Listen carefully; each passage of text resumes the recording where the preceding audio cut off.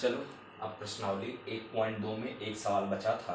देखना सवाल है, किसी खेल के मैदान के चारों ओर वृत्ताकार पथ पर एक चक्कर लगाने में सोनिया को 18 मिनट का समय लगता है और रवि को 12 मिनट का समय लगता है।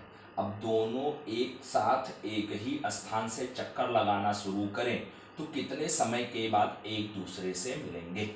ठीक है, तो यहाँ पर जैसे वृत्ताकार पथ है, अब इस वृत्ताकार पथ का एक चक्कर पूरा करने में सोनिया को 18 मिनट का समय लग रहा है और रवि को कितना 12 मिनट का समय लग रहा है। इसका मतलब जब एक चक्कर पूरा होगा तो रवि सोनिया से पीछे रह जाएगा, रवि आगे हो जाएगा, सोनिया पीछे रह, क्योंकि सोनिया ज्यादा समय ले रही है। इस तरह से दूसरा चक्कर में और उनके बीच की दूरी हो जाएगी। तो प्रश्न ये है कि किसी एक स्थान से रवि और सोनिया जब चक्कर लगाना शुरू करें तो कितने समय के बाद दोबारा यहाँ पर मिलेंगे। तो इसके लिए जो दो संख्याएं यहाँ पर दी गई हैं उनका लासा निकालना है। उनका क्या निकालना है, हमको लासा निकालना है। तो यहाँ पर देखना, सोनिया द्वारा दिया गया समय, सोनिया का समय कितना है 18 मिनट और रवि का समय कितना है 12 मिनट। तो पहले इन दोनों का गुणनखंड करेंगे तो 18 2 से कटेगा 9 आएगा, 9 3 से कटेगा 3 आएगा, 3 फिर 3 से कटेगा 1 आएगा। तो यहाँ इसका मतलब 18 बराबर 2 गुणे 3 गुणे 3, मतलब 2 गुणे 3 की घात 2, 3 2 बार आया है। अब 12 का गुणनखंड करेंगे, 12 2 से कटेगा 6 आएगा,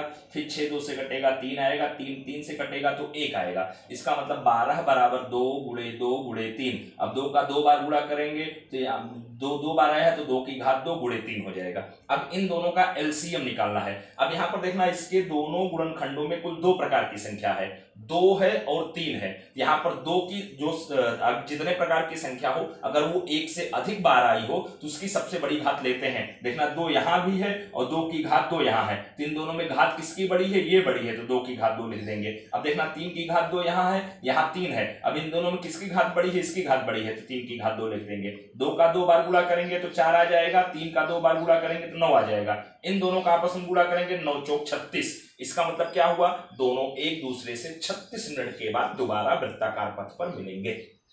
ओके, अब आगे जो प्रश्नावली 1.3 का अध्ययन करना है, उसका अध्ययन करने से पहले कुछ नियम परिभाषा। तो परिमेय संख्या वैसे 9th में आया है, ऐसी संख्या जिसको हम अंश बटे हर के रूप में लिख सके, मतलब बटे वाली संख्या के रूप में लिख सके, उसे हम अपरिमेय संख्या कहते हैं। ठीक है, उसे हम क्या कहते हैं, परिमेय संख्या कहते हैं। ऐसी संख्या जिसको हम अंश बटे हर के रूप में लिख सकें उसे परिमेय संख्या कहते हैं। तो परिमेय संख्या अंश बटे हर मतलब a बटे b के रूप में लिखा जाता है और कभी भी हर 0 के बराबर नहीं होता है, b नॉट इक्वल्स टू 0। और हमेशा परिमेय संख्या में जो अंश और हर होता है, अंश और हर का जो मासा होता है, HCF होता है, हमेशा 1 होता है। और जितने भी पूर्णांक है सभी पूर्णांक परिमेय संख्याएं होती हैं।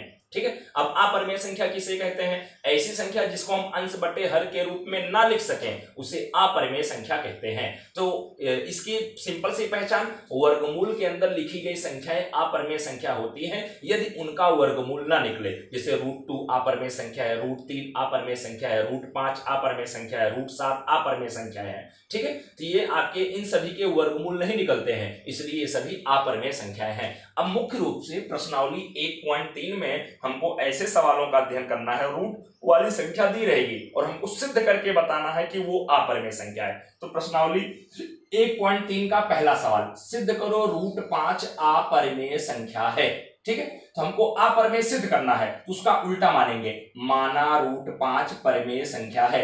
अच्छा, अब अगर √5 परिमेय संख्या है तो √5 बराबर आप a बटे b लिख सकते हैं, जहां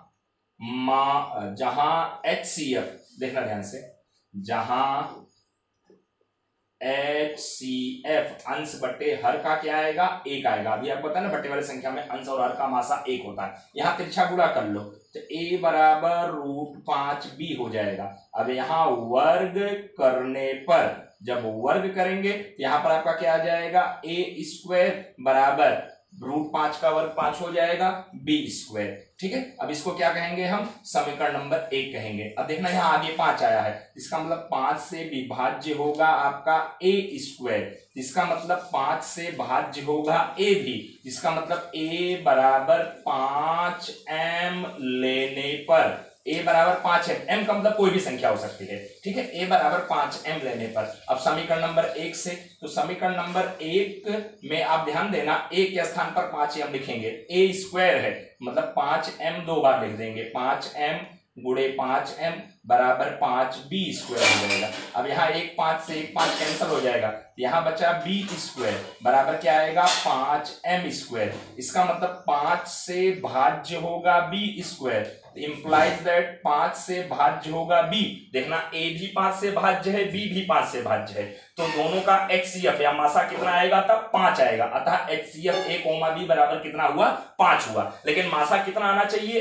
1, अंश और अंश बटे हर वाली संख्याओं का मासा 1 होना चाहिए, लेकिन आ कितना रहा है 5। अतः हमारा मानना गलत है। हम माने क्या थे परिमेय संख्या, इसका मतलब उसका उल्टा सत्य होगा। इसका मतलब अतः √5 अपरिमेय संख्या है। बोर्ड की एग्जाम में √5 अपरिमेय संख्या सिद्ध करो कई बार पूछा गया है। इसी तरह से √7 अपरिमेय संख्या सिद्ध करो, ऐसा क्वेश्चन भी बोर्ड के एग्जाम में कई बार पूछा गया। ये प्रश्नावली में नहीं, हमें एक्स्ट्रा दिया हूं। सिद्ध करो √7 अपरिमेय संख्या है। सेम मेथड से पढ़ना है। माना √7 परिमेय संख्या है, इसका मतलब √7 बराबर a बटे b लिख देंगे, जहां HCF अंश और हर का a कोमा b बराबर कितना आएगा 1, तिरछा गुणा कर लेंगे तो a बराबर √7b। अब वर्ग करने पर a स्क्वायर बराबर √7 का वर्ग 7 हो जाएगा, b का वर्ग b स्क्वायर, तो a स्क्वायर बराबर 7b स्क्वायर, समीकरण नंबर 1। अब यहाँ देखो 7 है, इसका मतलब 7 से विभाज्य होगा a स्क्वायर, तो 7 से भाज्य होगा a, तो a बराबर 7m लेने पर, तो समीकरण नंबर 1 से अब यहाँ a स्क्वायर के स्थान पे 7m गुणे 7m बराबर 7b स्क्वायर। अब 1 7 से 1 7 कैंसिल हो जाएगा, तो यहाँ b स्क्वायर बराबर 7m गुणे